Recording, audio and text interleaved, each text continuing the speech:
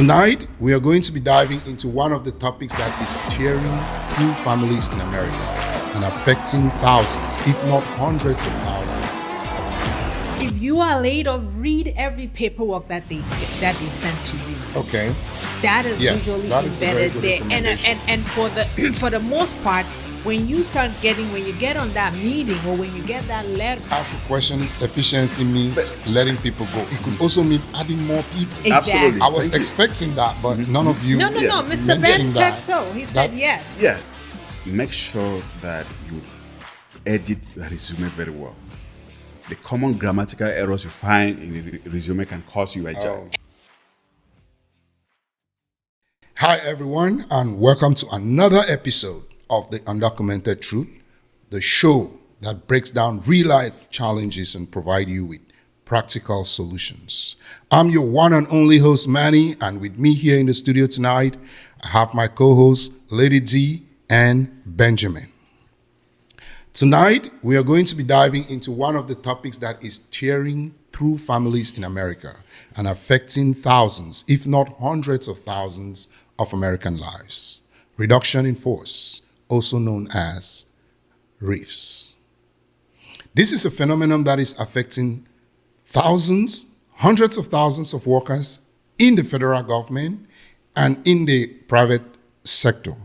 So many Fortune 500 companies have recently laid off employees. The federal government, which is the biggest employer in America, has laid off over 260,000 employees in the last 4 months. Why being separated from a job that you love so much can be emotionally challenging. Tonight, we are not going to be adding gloom to a situation we know is already gloomy. We are here to show you the light at the end of the tunnel. Benjamin, Ms. D, let's talk. So, yes, guys, I know that, like I said in the intro, RIFs are currently affecting so many lives in America. And I don't want to assume, but I'd like to hear from you, from both of you, if you guys have been touched, or even if not in this recent wave, have you ever been affected by a RIF? I have been affected by a RIF before, and this was an eye-opener for me. It came as a surprise. I didn't see it coming. It always does. Maybe for the most part, president yes. was already talking about it before he came, right? And Even that's though right. I was gonna touch on that. nobody knew that he was gonna come this fast. But mine was, again, a private company, had nothing to do with the government, and just one nice Monday after returning from the weekend, I had a meeting with my manager's manager, and he was like, sorry, we'll have to let you go. There has been a reorg and your position has been Terminated, yes. has been deleted. That was the Just story. like that. Yeah. Yep. How about you, Ben? Have you faced a layoff? Absolutely, yes. I was let go in one of my jobs. That was the first job I even had when I came to this country. Current RIFs are not affecting you. This is something that had happened to you a few years back. A few years back. Okay. For now, I have not had any kind of RIF. But I would say that it is devastating when you are laid out. It is heartbreaking. If you're not careful, you can go cuckoo, as they say here. So I agree with you. Yeah. Okay, yeah. So, I know both of you said you've been laid off, you've experienced it. I know this is something that comes with a lot of emotions. Mm-hmm. And I like to, again, we are all human and we can't act like losing your job, you can just take it like nothing happened, right? Mm-hmm. So can you guys just don't share too much details, but just give us like a quick summary of the sort of emotions that you kind of went through when you learned that you've lost your job. Maybe like in the first few hours and few days before the news finally settles down. Mm-hmm. How did you react to you? Of course, for me, I had a mental breakdown. I was totally, disoriented. It felt like a dream. It felt like, hey, it was really a bad dream. Yeah. And Right. it took me at least the entire week, because I remember very well it was on a Monday morning, and I thought this meeting I was having with my manager's manager was actually about my compensation being added, because we had just gone through a Could round that be of- the reason why you were relieved? Because you were asking for a raise? No, that was really at the beginning of the year where everybody Okay, was I getting see. a raise. So I had just gone over my performance with my manager, even though he was let go, but I thought it was politics. Oh. I thought he was the one that was let go. Okay. So I actually did not really have enough info, like a lot of information about why he was fired. I thought he was actually fighting with his manager, who was the one that actually let me go, or told me about the news that I was being let go. Okay. So fast forward, I was given that sad news, bad news, Monday morning, and I had to reluctantly Drive log home. off. Yeah.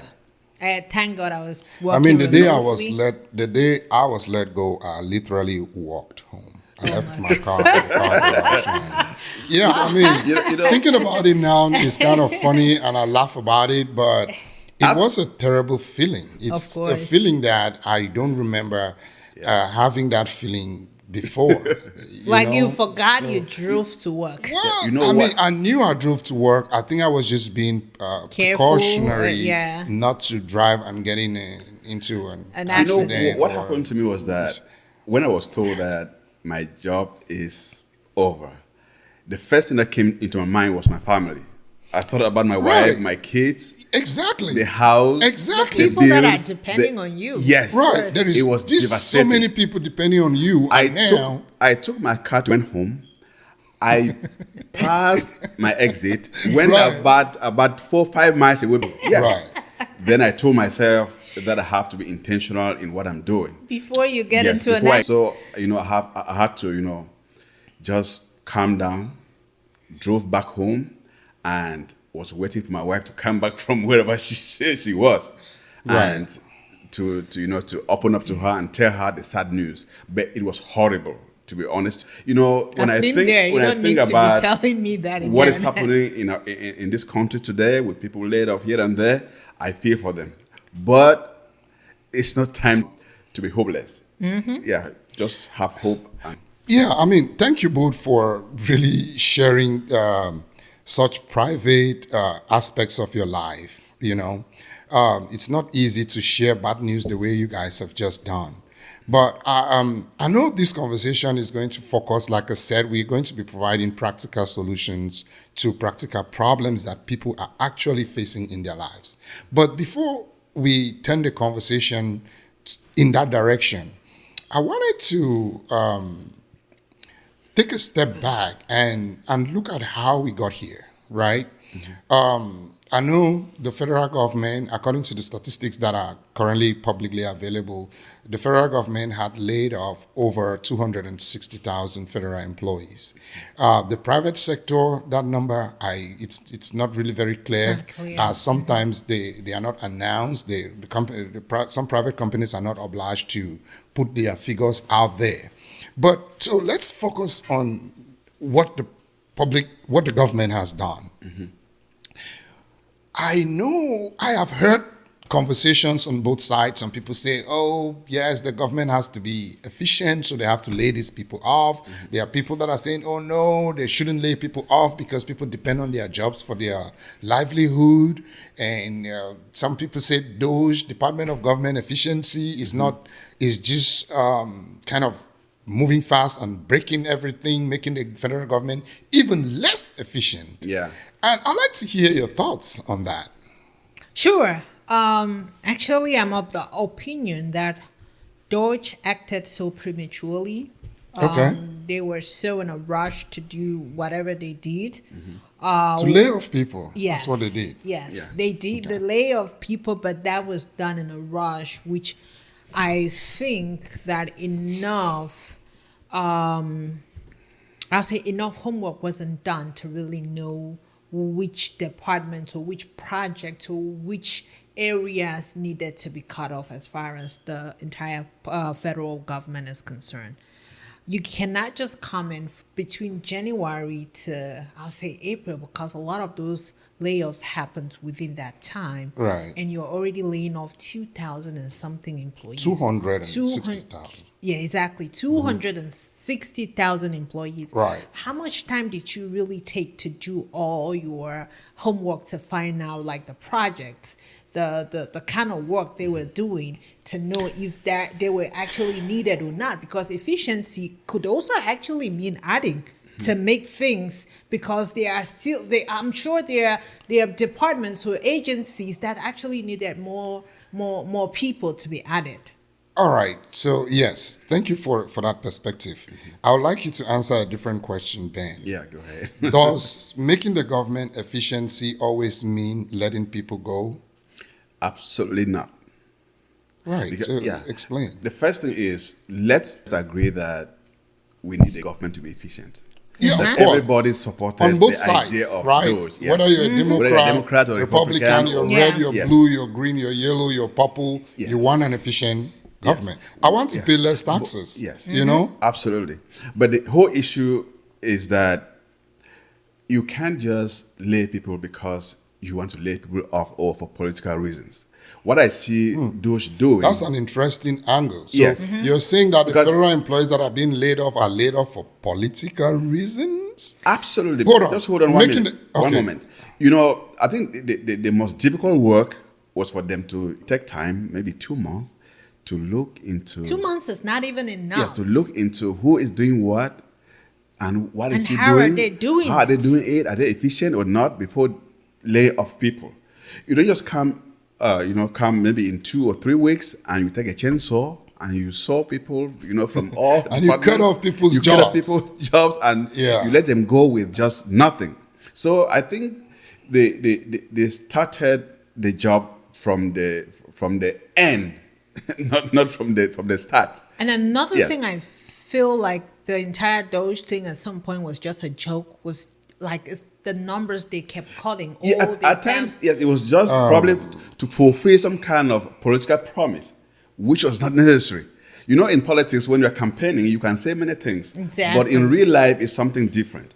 So they needed to have done some studies. Musk was supposed to be there for at least 5, 6, 7 months, just doing studies to see what is happening Exactly in what this is department, going what is on. happening here and there before, moving on to let people go.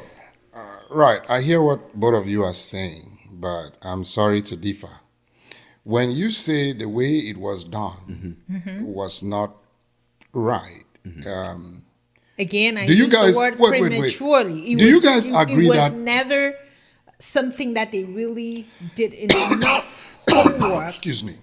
because there's so many federal agencies out there. Yes, and but- I don't even care the number of people that DOGE had to do all the homework. I don't think they had enough time. They took enough time to do So, all yes, first of all, right, do you agree that the federal government is inefficient? It needs to be. I don't know. If What it's- do you mean it's- by the federal government? The federal inefficient? I would think government that needs to be the efficient. I federal don't know if government it's runs efficient on or processes, not. right? People Yes. and processes, right? So I will assume that anything that has processes that are running will always need those processes to be enhanced as it is continuous. So we can agree that the federal government was not as efficient as it should be. Why am I saying this? And wait, before you even say something, and we can also agree that to some extent the inefficiency was due to lack of forces in some departments or working on some projects. I did ask the question, is efficiency means letting people go. It could also mean adding more people. Exactly. Absolutely. I was Thank you. expecting that, but none of you No, Mr. mentioned Ben said that. so. He That- said yes. Yeah. Okay, cool, good. But the point I'm trying to make is President Trump's understanding of making the government efficient is reducing the size of the government. And Why? that's not always the He- Let me solution. ask Hold you on. why. Please, I'm not a politician. I'm just ahead. here to Okay. tell you about the truth that is not documented. When President Trump was running for his second term, which he started running since he lost in 2020, he always said one of his priorities in his second term, if he wins, will be to reduce the size of the federal government. I don't know how else someone can explain to me that reducing the size of the federal government does not mean a reduction in force as well. Do you guys agree that? Let me just come in again. Let me just come in here. Okay. The first thing is he reduced people have been fired. That we agree. Have you seen People being hired? Have you seen the budget that has been tabled in Congress? Well, I don't want us to go into the budget. I want us to focus on the people that are being fired. It means that's a conversation for another to cut day. down cost. Okay. That's a conversation for another day, and we cannot just talk about everything in this one episode. Okay. Right? Okay. So, and again, if the point I'm trying to, let me just make the point. The point I'm trying to make is when President Trump came into office in his second term, he is trying to fulfill a campaign promise. Yeah. We can also say logically, the reason why he won the presidency for the second time is because the voters wanted him to implement what he was telling them on the campaign trail when he was a candidate. And in my opinion, the layoffs fulfill a campaign goal that he has been promising Americans for 2-3 years since he started running. And the truth is, I am not in any way saying that the layoffs was never needed or that he shouldn't have done Neither that. am I. I am saying that the manner in which it was done, the timeliness, how fast it was done, wasn't something. There was nothing efficient in that. Yeah. Even, Well, I think doing things within a timeline is kind of efficient. you know, I mean- when Trump was campaigning, yes, he said he wants to make the government efficient. Right. It was not necessary that he was going to lay off people. It was meant No, that he's he going to said- employ more people. We just said that efficiency can He said mean he wanted to employing more reduce people. the size of the government as part of his making the government efficient. And he promised jobs too to a lot of people that when I take over power, everybody's Promise going to have a job. prices of X going down. Absolutely. So, making the government You efficient guys are now going into too much. I don't even- could also be to hire a lot of people to make sure that things move quicker and, All right, yeah. I'm ready to move on, but I have one last question. Okay. You guys seem to be saying that the government has become less efficient since Trump took over. What do you think? I want to hear how. Absolutely. Because there are old people going for days, weeks, they want their social security benefits and they can't have it. I actually have a friend who was working on a project that was very, it was a very fast moving and a very intensive project where they had a reduction in force. And after that, he said, everybody, even though they needed a job, started leaving the, All right, they resigning left voluntarily too because there was much. too much work. They're Exactly. getting burnout. Yep. All right. Well, I can understand that. There is burnout everywhere. Even at your home, there is sometimes that there are times where you're overwhelmed with work at home and Absolutely. you get burnt out. So it's not only in the federal government. And again, if you're not cut for it, it's up to you to leave, right? Yeah. That's why you can resign. Absolutely. Employment in America is also at will. Let's not forget that, which means you can be hired and fired at any time. No questions asked. We agree on that, right? Of course. But, yeah. My hope is just that everybody learns, use that as a lesson to learn. Hey, Right. always be ready, and That of employment course do is some at of will. the things that you wanna protect yourself if you ever got into the same situation, which of course we're gonna go over. Okay, thank you. Let's move on. I'd like to break the next section of our conversation into different parts where we can talk about specific things. Number one, let's talk money. Okay? I want us to talk money as it relates to you being laid off. And I'm talking about money in terms of the person that has been laid off. What role can money play? And after you're laid off, or Yes. money plays a lot. Money rules the world, right? When you're laid off, the next thing after your emotional breakdown is evaluating your finances. How much Right. do you have in your bank? Because that would determine whether you're back, you're the next day you're back in the job market, or maybe you're even changing a career. Whether you change a career path or do something else or start a business would depend on how much you have in your bank account. Yes. So that's for why I you asked to that really question. make a decision, I would say evaluate how much you have in your bank account. Also, then now start looking at other things like, hey, what about the career path you are in? Is this something Is it that the right guarantees career? you to get a job if you go back to the job market, or this is something that would take you months or months or even years? People have been out of jobs for years to get a job, and it does also depending on the career path that they are in. Yeah. So of course, money, it starts with how much is in your bank account. Yes, 100% on point. What do you think, Ben? How does money play when it comes to you being laid off? That's a technical question, Right. because we need money at all times, especially in No, America. we are focusing Yeah. on when you've been laid off. Yeah, when you are laid off, the first thing that comes to mind is your bills. It has to do with money. Right. And what you have to do is to quickly look for something that will ensure that money is coming in. Because if you don't get something that can help you survive for the next 1, 2, 3, or 4 months while looking for a job, you are in for it for rough times. So I think I've learned a lesson. Let me put it that way, in the sense that whatever thing I'm doing, I should at least have a little bit of savings that can take me for at least 2, 3 months while I'm doing something. So money is it's very, very important. It's essential. So I think our lives depend on money. It's not just only when you are laid off. I mean, it's something Well, that yeah, I Yes, know around- money runs thing the that you world. can live without money. Yeah. Right? So, yes, but the reason I asked the question is I was really trying to kind of get into your minds to see how you guys will answer the question in terms of you having savings versus you not having savings, and you having another source of income versus somebody that only depends solely on their job, right? Yeah. Yeah, so that's the reason for that question. Yes, and I agree with both of you that money is very, very important, and if you can put some money to the side as savings when you have a job is very important. Employment is at will. You don't know when you're going to lose your job. You might not lose your job, but what if you lose your job? You should not just be stranded in the streets and you start thinking of becoming homeless or Yeah. starving to death and things like that. So money plays a very big role. Absolutely. All right. That being said, the next thing I like to hear your thoughts on is right after losing your job, right? What was your story? Well, maybe not your story.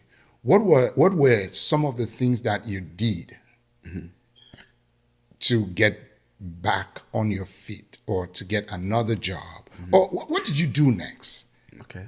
Again, I we think already you knew take it. Okay, you yeah. you checked your finances and all of that. We assume you already did all of that. Yeah. Right. So, fortunately for me, I believe in not only saving some money, but also investing some money. Okay. So when I got laid off, that was actually when I had in mind to start a business because I had the money. I actually needed money to start that business. So while I was working on getting back in the job market, I actually took that time and worked on starting my business. So again, that was because I had some savings, and of course, I always invest. So if in a worst case scenario, I can pull out of my investments, but again, I had some savings. So started a business, which has actually been a blessing to me because again, if not for that layoff, maybe I wouldn't have even had the time to think or know that I actually had some skills that I could sell. So your layoffs Was a blessing was to me, like in disguise. was a blessing in disguise, a Yes. blessing in the form of a disappointment. Okay. You know what happened to me? I'm not cutting you short. Sorry. What happened to me was that when I was laid off, I came back home, and I stayed home for about 2 weeks doing nothing, and my world was crumbling, and my wife asked me, "So, what do you think you will be doing next?" I mean, that question sank into me, and it made me to, think like, but actually, what am I doing? Because if you start sleeping, you might become used to. I mean, you might love your bed, love your blanket, and you will like to sleep throughout the whole time. So I told myself, I don't want to be lazy. So I just got up, told my wife that, okay, by the end of day today, I will be an Uber driver, you know. Okay. And I had to take my car. Fortunately, I had a car, you know, put it as an Uber and started driving. And for the next, 2-3 months that I was looking for a job, at least I could bring something back home for my family to survive. So that's what I did, you know, to make sure that I was, That you were able to stay and keep your Afloat. head stay above afloat, water. kind of, yeah. All right, very good. Yes, I know when you lose your job, the next impulse mostly will be to jump up and start applying for another job, right? But like we heard from Lady D, that was not what she did. She decided to start a business, and today she's thriving. I think she did so because she had some funds, she had some cash. Well, yeah, Someone like me, I again- had virtually no money. Oh no, and When this I is was not a doing- dig on you or anybody that Yeah. decides to look for another job. Not everybody is scared to start a business, Right. and not everybody is scared to do a 9 to 5. Yeah. All I'm saying is that you should always know that you have other options apart from just looking for another job. You do have other options. Yes. Again, and many people don't start businesses because they think that they need a huge amount of capital. It just depends on the type of job that you're trying to start. Type of I never business. asked Ms. D how much money, the kind of business that you're trying to start. I didn't ask you how much money you needed to start your business, but again, there are businesses that you can start with very little Capital. funds. Yeah. So don't always focus on having a huge amounts of capital. There is a common saying that if you don't follow your dreams, somebody's going to hire you. To if you don't, follow theirs, yes, right? somebody's going to hire you to help them fulfill their dreams. So fulfilling your dream might just be starting a business. It might even be switching careers. Right, Yeah. like you Yeah. said, I don't know what you were doing before you got laid off, but you said you jumped into doing Uber Yeah. prior to looking for another more stable job. Yeah. So people should always know that they have these options available to them. And this brings me to the topic of the evening, which is I would like us to kind of drill in and really dissect some of the resources that are available for the people that are currently going through this predicament. Being people that have been laid off from the federal government, from the private sector, from wherever, or somebody that just recently came out of college and they're trying to find a job. Somebody that just graduated from maybe a vocational training school and they're trying to find a job. Let us talk through some of the resources, and I want us to really be very specific about a resource, telling us how you can find it, where you can find this resource, because trust me, there are hundreds of thousands of people out there that are currently trying to find jobs. Sure. For the federal government, I'm sure they're providing a lot of resources. I was with a private company when I was laid off, and they actually gave me a company that was to help me get a job. Like that was to get me Oh, okay. resources to get a job. And guess what? So that's a resource that your former company provided to you after they laid you off. Exactly. And I'm sure the Okay. federal government should be doing so. So if you are laid off, read every paperwork that they send to you. Okay. That is Yes, usually that is a very embedded good there. recommendation. And for the most part, when you get on that meeting or when you get that letter that, hey, unfortunately we'll no longer be keeping you for whatever reason, right? You're not even motivated to read through. After the I know. the 1 week of mental breakdown, once you get back on your feet, go back back to and those take your time emails, to every one of digest them, every whatever. attachment that was sent to you by HR, read them because they're usually a lot of resources for you, paid for by the company. Okay. So I had that offer from my company, but I never used it because my career, once I put in my resume out there, I'm always having calls, so I never used it. But of course, that's something I could have used. is and available, I'm sure comes handy they could for have those that helped need it. with resume building. They could have helped with connecting me to recruiters and just different resources that could have helped me get a job very So quickly. please, if you're currently affected by a layoff or a reef, please go back and go through every documentation that was provided to you by your company as part of your separation. Read it. There might be resources in there that could help you find the next big job. Yep. Yes. So, Ben, do you have or know of any resources that you have used or you know somebody has used that kind of helped them get a job after they were relieved?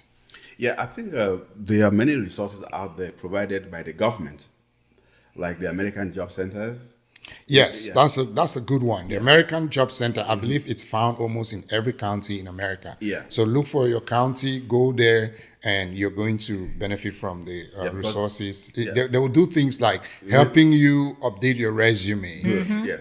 help tell Helping you, you show with new trainings, trade, Yeah. like free or Interview easy coaching, trainings, kind of. interview coaching, and yes, you name it, building And they your can- profile. They can on- even train you on a new skill. Right, Yes. trainings, building your profile on job boards like professional job sites like LinkedIn, Yeah.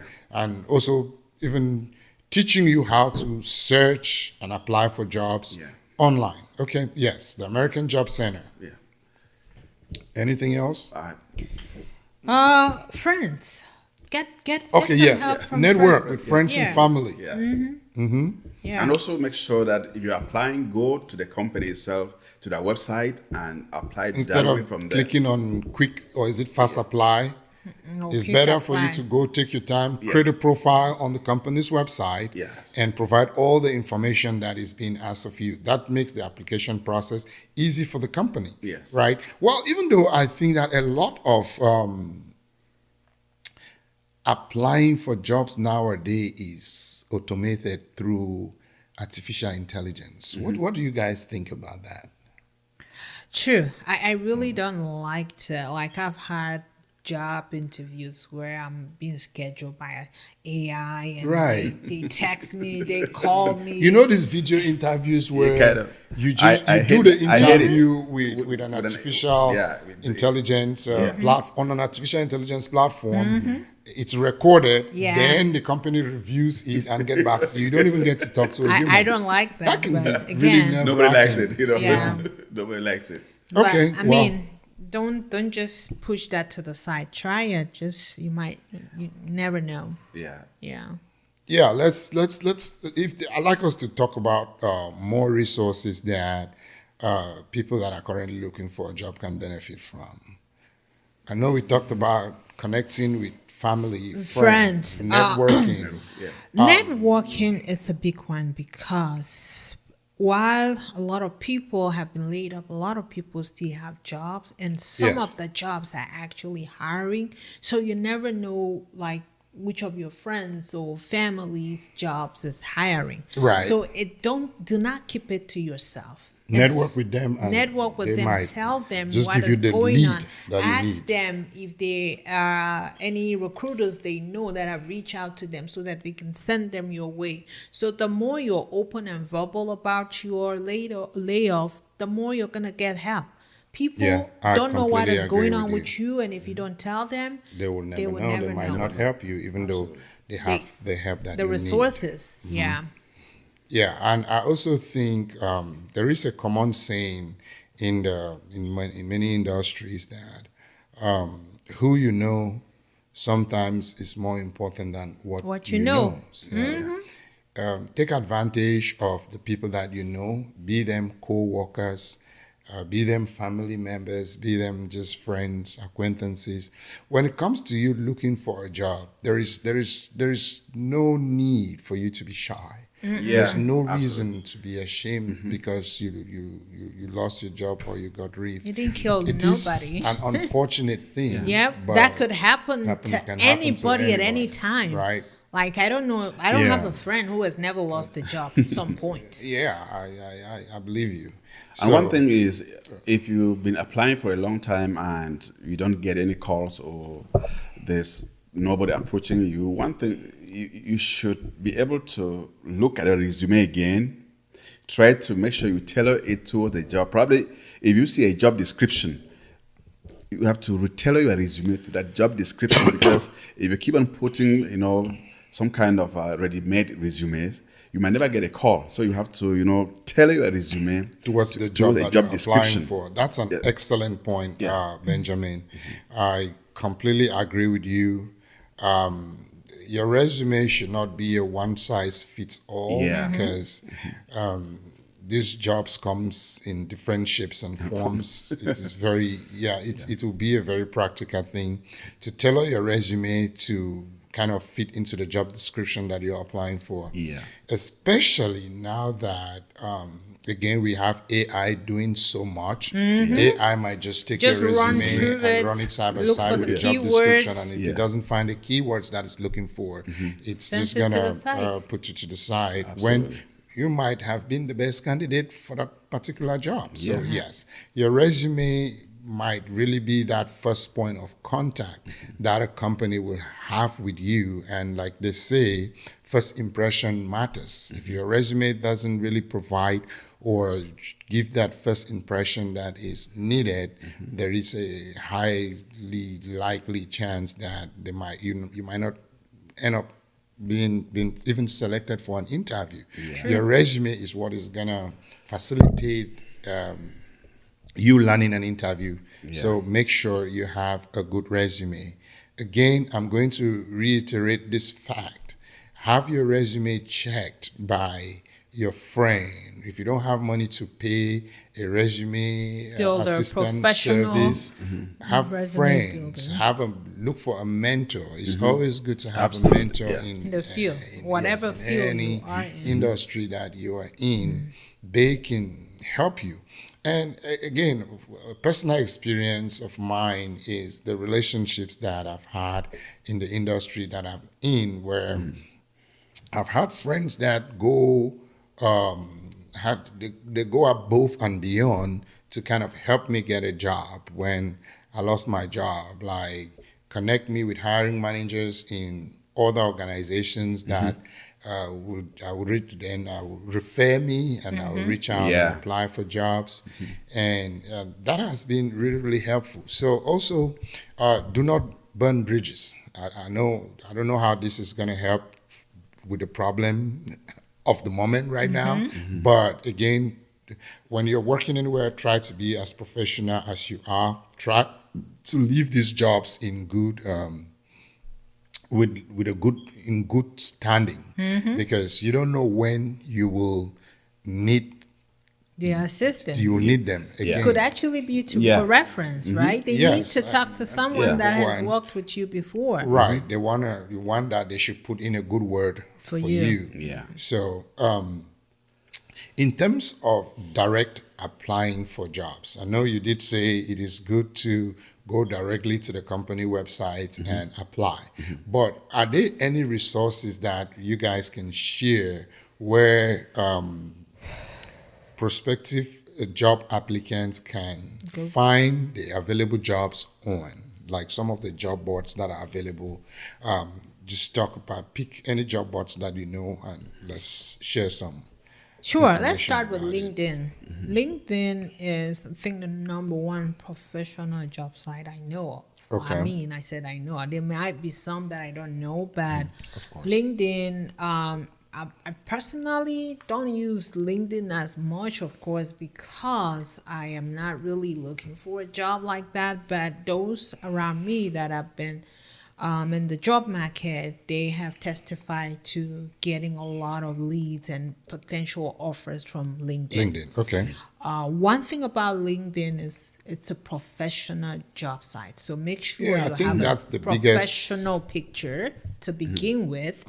That first sight of you matters a lot to recruiters. First impression Yes.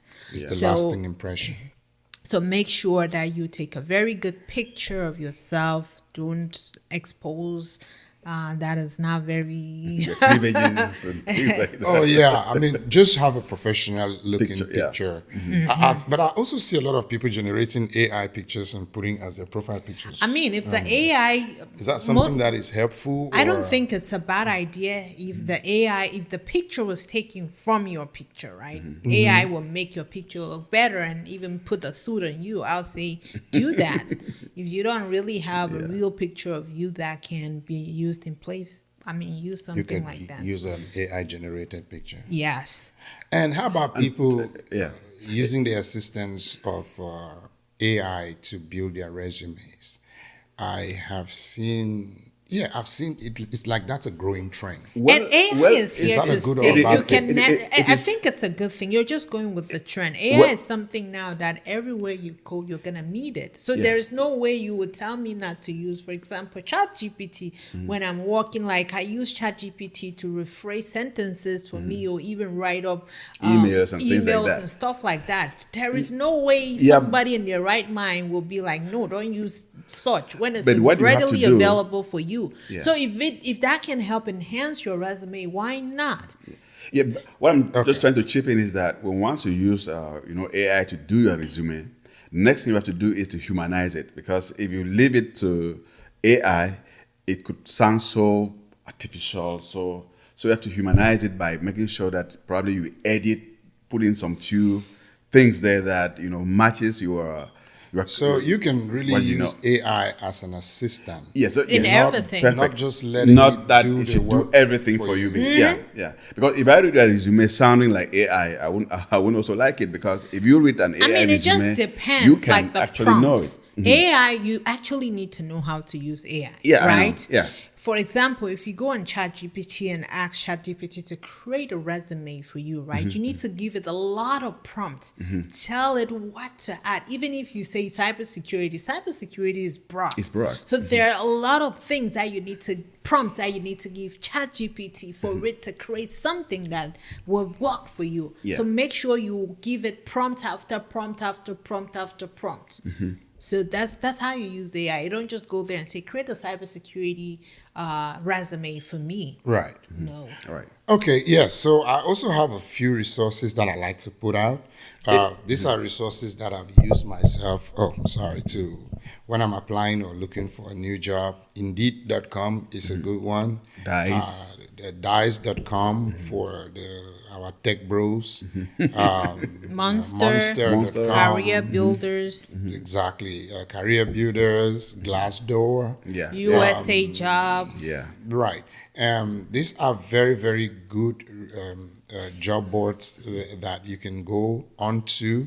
I would not recommend that you apply from these job boards, but rather take those jobs and go back to the actual companies that are putting these jobs out there and apply directly at those companies. Yes. I will caution people against using quick apply or fast apply on these job boards, Or where you easy just apply. click, or easy apply for. Yeah. Just go through the process, take a few minutes it could take you 10, 15, 20, 30 minutes to apply for a single job. If you take your time and put in the information that is being requested, I think you stand a higher chance of. All right, so before we end this segment, I'd like us to, since again, resume is your first impression to your prospective employer, I'd like us to dive into it a little more. What do you guys think are some of the things that you need to include in your resume to make your resume stand out?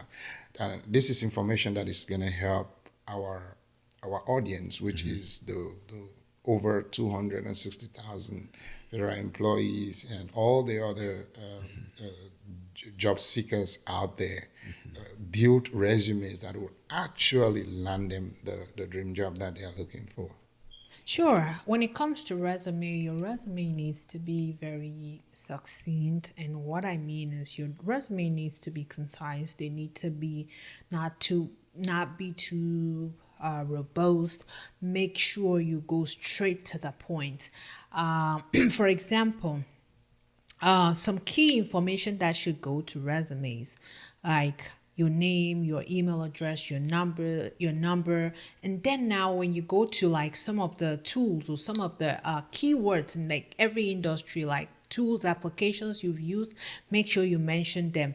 Of course, if you have something like a clearance in a tech field, it's always a good thing to mention. And again, being a citizen, whether you're a U.S. citizen or not, because there are some jobs that will only hire citizens, and some jobs that will hire anybody that has a work permit, right? So those are some of the key information, like a summary of what you should add for your demographics. And then now when you come to the resume proper, as far as your experience should be very straight to the point, not describing a whole project you did, but giving bullet points that should help, that can help someone understand exactly the kind of experience you have. Because hiring managers or even AI, they don't have time. I don't think they want to be going through all the details of how you did that. Like, make your resume straight, concise, and just give the important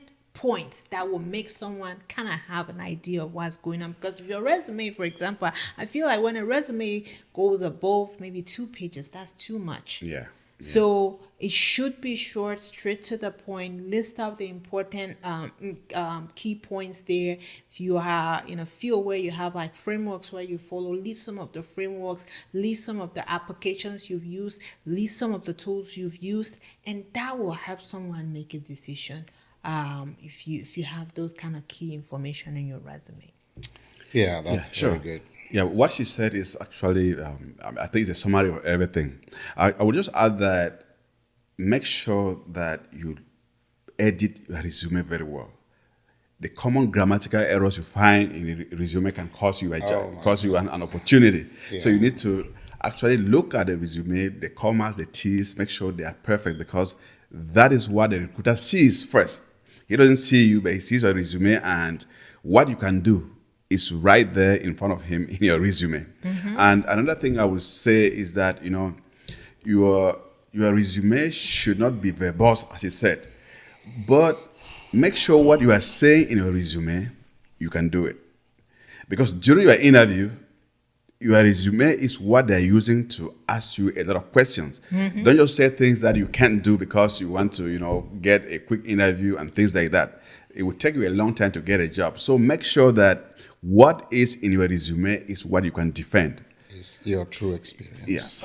So in terms of the length of a resume, how many pages should an ideal resume be? And yes, I think that's 2 pages, 2.5 is enough. 2.5 pages. Yeah. And then in terms of you guys, again, if they're asking for a job experience, you shouldn't just go like maybe 10, 20 years ago and bring everything right there. Maybe if you go back to 5, 6, 7 years ago, that is enough. And even at that, you can always put them in very short, straight to the point bullet points. Even if you go back 10, 20 years, it will still not take more than... Well, yeah, I think depending on what field you are in, 20 years, skills that you acquired 20 years ago might not be relevant anymore. Adding them on a resume. So, and I'm only saying this not to make fun of anyone, but to kind of buttress the point that you should focus on those skills that apply to the job you're applying for. Yes. Don't tell me about how you were a very nice nanny 20 years ago when I'm trying to hire an application developer. That is not really going to relevant. That's not relevant. Yeah, but again, changing gears here to talk about interviewing skills. Interviews can be very, very nerve-wracking, and a lot of people might be very good candidates, but for a job, but not good interviewers. Yeah, interviewees for the job. What do you guys have to share with? I know you guys have a lot of experience in the various industries that you are, and I know the audience would like to know what industries you are. So if you can find a way to slip that in your answer, that would be great. What are some of the interview skills that you would like to share for the audience? I would say, first and foremost, when you come for an interview, be prepared. And by being prepared, make sure you know about, like, you read and understood the job description for the job you're about to interview for. Right. Make sure you know something about the company. Okay. I've had so many interviewers ask me, what do you know about the company? And I think, like, it would be so embarrassing that you go on there and you know nothing about the company. That Okay. just shows me Well, that you're just interested in getting a job and not you don't care about the culture that you're going to meet at the job, or even how stable your company is, and just some of the things that should matter to you. Again, I have had an interview with a tobacco company, and they said people had denied working for them just because they found out that they're in the business of tobacco, right? So Okay. maybe you are that kind of person, and only for you to find out after you wasted your time and the interviewer's time going all through and for an interview, only to find out that they're in the business of selling or maybe marijuana, right? So it is important for you to read about the company, know some main things about the company, so that you can even ask some questions to the interviewer towards that direction, just to get more, or to even show your interest about working for the company. And aside from that, just be very confident, right? Be bold, speak boldly, and know that these people are just humans. And one thing that I know, even though in my field it might be different, but IT, I am a cybersecurity analyst by profession. I think in this field you can never know everything. There's a lot of Not new in any things. Not in every field. Right. I'm saying you cannot know everything in any field. In any field, Right. right? So that is why you shouldn't come there feeling like, oh, it's not okay for you not to know a question that you were asked, right? You might not just be doing that thing. Sometimes they hire you and they just get you to do very little. Out of so many that is there to do, you're just focused on one side. So it's okay for you not to know, or not to tell them that you don't know that particular concept or something that was asked. The point you're trying to make is an interview doesn't mean you know everything, That's right? correct. And it is, and I think one of the tests that you have to pass in an interview is an integrity test. You have to also show the company that you're trustworthy, you're an honest person, and you are someone that is willing and able to learn. Which You're means confident to yes, begin telling with. them that you do not understand or know enough about a particular concept to answer the question, or also saying that I do not know the answer, but I'm going to find the answer, and these are the steps that I can take to find the answer, or even saying that, well, while I've never done that before, from the question, this is how I'm going to approach this problem if I'm trying to solve it. And if it's an application, while I have not used this application, I know that this other application applications. does the same. Same thing. Exactly. Exactly. Right, and while I don't come off sounding as a broken record here, I know it is a common say that when you go out for an interview, the interview goes both ways, right? You're interviewing the company, And the the company is interviewing you. You want to know if they're a good fit. They want to know if you are a good fit. So I don't want to ask you guys some of the questions to ask during an interview, because every interview is different, and the questions you will have will depend on the job that you're interviewing for. But I know Ms. D already ran through a whole laundry list of some of the good interview practice. And I'd like to hear from you, Ben. What are some of the things that you should specifically prepare prior to you going for an interview? I mean, and I'm asking this from a general point of view. Yeah, she said almost everything, but I would say if you're going for an interview, the first thing is make sure that you are dressed for that interview. Yeah, dressed to win. Yes, right? dressed to win. The way you dress is the way you'll be addressed. Yes, don't just get up and go there as if you are going to the market or to some other place. you need to create an impression that you are somebody who's serious. If possible, wear a watch. Put on a watch. They know that you are time conscious and things. Yeah, like you. And also make sure that you get there on time. If you go there late, is very important. you will start panting and become timid, and that can just ruin your day forever. Two, I don't want us to make as if interviews are not nerve-wracking. They are. They are. And, we have to let people know that when you have an interview, you need to prepare for it, as you said. But when you don't try to memorize things, because if you miss just one of those things you memorize, that's all about it. You start fumbling. Try to understand and know what explain it in your own words. Yes, try to I agree. Get the question. Don't memorize. Don't try to memorize things. Know it. Know how to explain those things yourself. So that when you get there, you will not be embarrassed by questions and things like that.